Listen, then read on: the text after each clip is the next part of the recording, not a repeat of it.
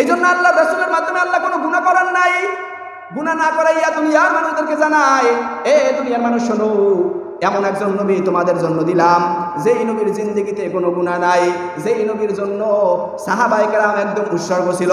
আল্লাহর রাসূল সাল্লাল্লাহু আলাইহি ওয়াসাল্লাম যখন দুনিয়ার মধ্যে মানুষদেরকে দাওয়াত দিতে লাগলেন, সাহাবায়ে কেরাম যখন রাসূলকে চিনতে পারলেন, আল্লাহর রাসূলের জন্য এমন আশেক হয়ে গেছে, রাসূলের জন্য জীবন দিতেও প্রস্তুত, ঠিক কিনা?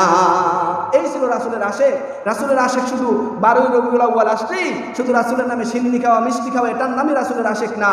রাসূলের আশেক হইতে হইলে একদম জন্মের পর থেকে নিয়ে মৃত্যু পর্যন্ত আল্লাহর রাসূলের সুন্নাত মানার নামই হলো আল্লাহর রাসূলের আশেক, ঠিক কিনা? শুধু একটা নির্দিষ্ট দিন, একটা নির্দিষ্ট টাইম, এই টাইম এবং দিনকে নির্দিষ্ট করিয়া আমরা ইবাদত করতেছি, আমরা মজা করতেছি, মিলাদ করতেছি, কিয়াম করতেছি, এটার নাম তো রাসূলের আশেক না। যদি আপনি সত্যি রাসূলের আশেক হইতেন তাহলে তো সর্বহালতে আল্লাহর রাসূলের তাসবিহ, আল্লাহর রাসূলের দুরূদ সাল্লাল্লাহু আলাইহি সাল্লাম আপনার মুখে সর্বহালতেই থাকতো, ঠিক কিনা? এর মানে আপনার নির্দিষ্ট একটা টাইম আসলো যে আপনি করতেছেন এমনটা। সাহাবায়ে কেরামদের জিন্দেগি দেখেন, আল্লাহর রাসূলের একজন সাহাবী দেখান আল্লাহর রাসূলের ইন্তেকালের কারণে শোক দিবস পালন করছে, আল্লাহর রাসূলের জন্মের কারণে জন্ম দিবস পালন করছে। আজকে মুসলমানদের ঘরেও হ্যাপি বার্থডে চলে না? চলে না? চলে কি চলে না? এই হ্যাপি বার্থডে কোথা থেকে আসলো?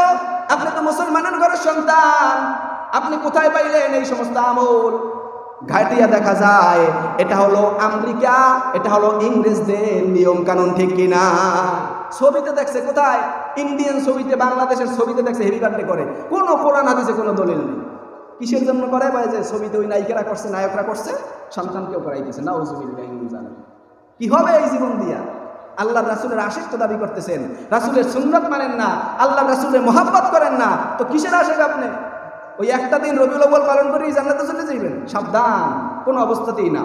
আল্লাহর রাসূলের একদম কলিজার টুকরা মেয়ে হযরতে ফাতেমা রাদিয়াল্লাহু তাআলা আনহাকে আল্লাহর রাসূল একদিন ডাক দিয়ে বলে, মা তুমি এটা মনে করিও না যে কবরে যাইয়া বলবো আমি মুহাম্মাদের মাইয়া, এই লোকে মাফ করে দেবে। সাবধান, নিজে ঠিক মতো আমল করিয়া, নিজের এমন ঈমান আমলকে ঠিক করিয়া এরপর কবরে যাইও, আমার পরিচয় দিলে কিন্তু চলবে না। এই জন্য সর্বহালতে আল্লাহর রাসূলের সুন্নাত লাগবে। সাহাবায়ে কেরাম আল্লাহর রাসূল সাল্লাল্লাহু আলাইহি সাল্লামকে এমন মহব্বত করতেন, উহুদের যুদ্ধের সময় আল্লাহর রাসূলের মাথা মুবারকের মধ্যে মাথার যে একটা হেলমেট ছিল ওইটা ভাঙ্গিয়া ঢুকিয়া গেছে। যাওয়ার পর সাহাবায়ে কেরাম দূর থেকে দেখলেন আল্লাহর রাসূলের এই অবস্থা। দেখার পর সাথে সাথে হযরতে আবু বকর সিদ্দিক রাদিয়াল্লাহু তাআলা আনহু এবং আবু উবাইদা ইবনে জাররা রাদিয়াল্লাহু তাআলা আনহু দুইজন দৌড় দিয়ে আসলেন। আবু বকর সিদ্দিক রাদিয়াল্লাহু তাআলা আনহু রাসূল সাল্লাল্লাহু আলাইহি সাল্লামের মাথার যে হেলমেট ভাঙ্গিয়া ঢুকিয়া গেছিল সেটাকে টেনে বের করবেন, এমন সময় আবু উবাইদা ইবনে জাররা রাদিয়াল্লাহু তাআলা আনহু ডাক দিয়া বলে, আবু বকর মেহেরবানি করিয়া ভাই আমার একটু সুযোগ দাও, আমি আমার রাসূল আমার হাবিবের মাথা থেকে তার সেই লোহার কঙ্করটা আমি ছুটাইব, লোহার সেই হেলমেটটাকে আমি ছুটাইব। আবু বকর রাদিয়াল্লাহু তাআলা আনহু বলে, আসো।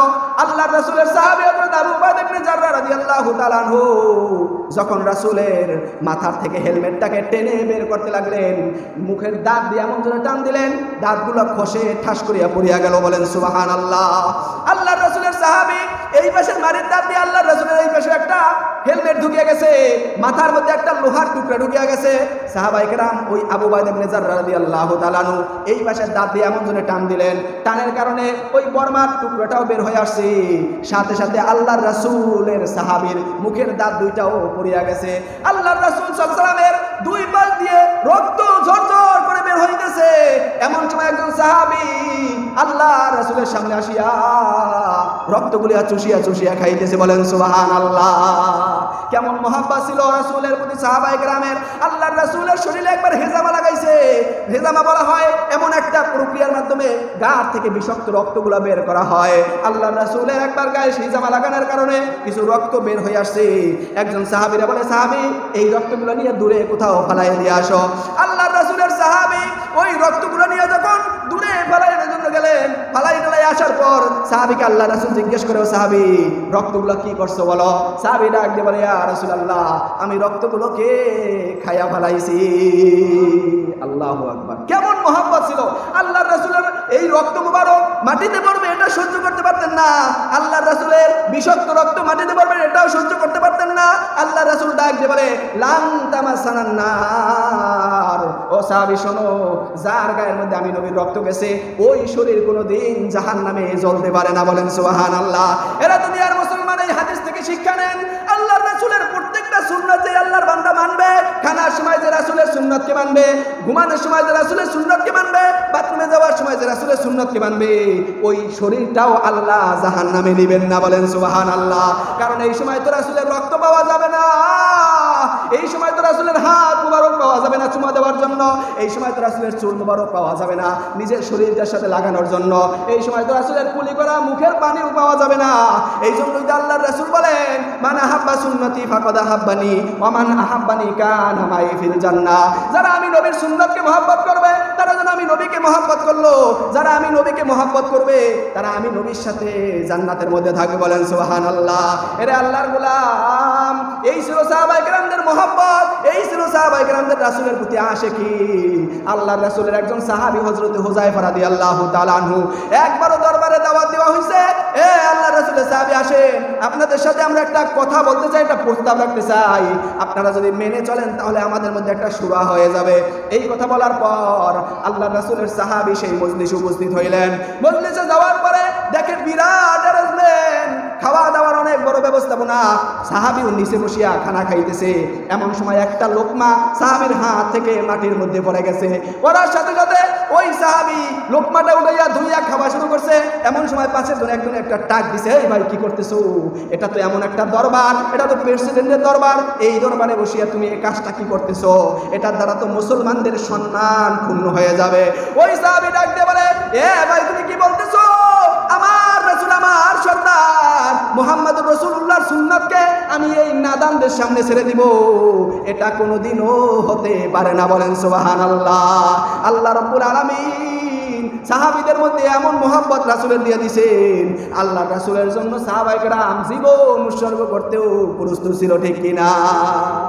কিন্তু আজকে বড় আফসোস, পোলাপান নামাজ পড়ে না, কিন্তু ওই 12 রবিউল আউয়াল আইলে কি হয় আপনারা তো দেখছেন না, যারা ঢাকায় ছিলেন দেখছেন কি একটা অবস্থা, গাঞ্জা করিয়া বা টাকা দিয়ে পাঠাই দেয়, খিচুড়ি খায়, বিরিয়ানি খায়, আর রাসূলের সেই মাথায় একটা হেলমেট বাঁধে, একটা পোস্টার বাঁধে দৌড়াদৌড়ি করে, কি এক আজীব অবস্থা। এটার নাম রাসূলের আশেক না। আমিও রাসূলের আশেক না হইলে জামা গায়ে দিতাম না, রাসূলের আশেক দেখেই মাথায় টুপি দিতেছি, রাসূলের আশেক দেখেই ঘুমানোর সময় বিসমিল্লাহি আমু আল্লাহুম্মা বিসমিকা আমুতু ওয়া আহইয়া বলে ঘুমাইতেছি, খানার সময় দস্তরখান বিছিয়ে খাইতেছি, আল্লাহ রাসূলের আশেক দেখেই নামাজের পরে এবং আগে যে সুন্নাতগুলো আছে সেগুলোকে আদায় করতেছি। আপনার মতো বাটপার রাসূলের আশেক আমি না। রাসূলের জন্ম নিয়ে আমরাও আলোচনা করতেছি, একটা দিন শুধু বছরে একবার, এটার নাম রাসূলের আশেক না। একটা যদি আপনি সত্যিকারে আপনার পিতার যোগ্য সন্তান হন তাহলে প্রতি সপ্তাহে যাইয়া বাবার কবরকে জিয়ারত করবেন, বছরে একদিন প্রায় 50,000 খরচ করে, টাইম হইলে বললেন বাবারা, টাইম হইলে বললেন, হ্যাঁ এই যে 50,000 60,000 70,000 খরচ কইরা 1 লাখ 2 লাখ খরচ করে বাপের নামে এক বছরে একবার খাওয়ান দেয়, আর বাপের নামে কোনো খবর নাই, এটার নাম সন্তানের প্রতি খায়ের খাই না। প্রতিদিন বাবার কবরের সামনে যাইয়া সূরা ফাতিহা, সূরা ফালাক, নাস এগুলো বলে দোয়া করার নামই হলো খাঁটি সন্তান, সত্যিকারের সন্তান। আর আল্লাহ রাসূলের আশেক হলো তারা যারা রাসূলের প্রত্যেকটা সুন্নাতকে সর্বহালতে সব সময় মেনে চলবে, তারাই হলো রাসূলের সত্যিকারের আশেক, ঠিক কিনা? এই কথাগুলো বুঝতেছেন আমার? এই জন্য আমিও রাসূলের আশেক, আমিও 12 রবিউল আউয়াল রাসূলের জন্মদিনের পক্ষে আছি, কিন্তু বর্তমানে যে পরিস্থিতি করতেছে মানুষগুলা, এগুলোর পক্ষে আমি নেই। কারণ একটা দিন 2 দিনের পক্ষে আমি নেই, আমি আছি সারাদিন রাসূলের সুন্নাত চলবে, সব সময় রাসূলের সুন্নাত চলবে। আমার চেহারা দেখেই যেন মনে হয় আমি রাসূলের একজন আশেক, আমি রাসূলের একজন গোলাম, আমি রাসূলের একজন উম্মত, এটা যেন মানুষ বলতে বাধ্য হয়। কিন্তু একটা দিনের জন্য বড় আফসোস। এই জন্য আপনাদের কাছে উদাত্ত আহ্বান থাকবে, প্রত্যেকটা মানুষ রাসূলের প্রত্যেকটা সুন্নাতকে মেনে চলবেন, নামাজ ঠিকমতো আদায় করবেন। আল্লাহর রাসূলের সবচাইতে বড় আমলই ছিল নামাজ। আল্লাহর রাসূল যখনই কোনো কাজ করতেন নামাজে দাঁড়াই দিতেন। এই জন্যই তো হাদিসের কুল হাজত, প্রয়োজনের নামাজ কেমন প্রয়োজন, বান্দার যে কোনো প্রয়োজনে নামাজে দাঁড়াইয়েই আল্লাহর কাছে বলবে, আল্লাহ আমার এইটা প্রয়োজন, আল্লাহ আমার এইটা প্রয়োজন। আল্লাহ বলে মাল্লাম ইয়াসআলিল্লাহ ইয়াগযাব আলাইহি, যেই বান্দা আমি আল্লাহর কাছে কোনো কিছু চায় না আমি তার উপর রাগান্বিত হই। এই জন্য আল্লাহর কাছে সব কিছু চাইতে হবে, আল্লাহর রাসূলের মহব্বত নিয়ে চাইতে হবে, বেশি বেশি দুরূদ শরীফ পড়তে হবে।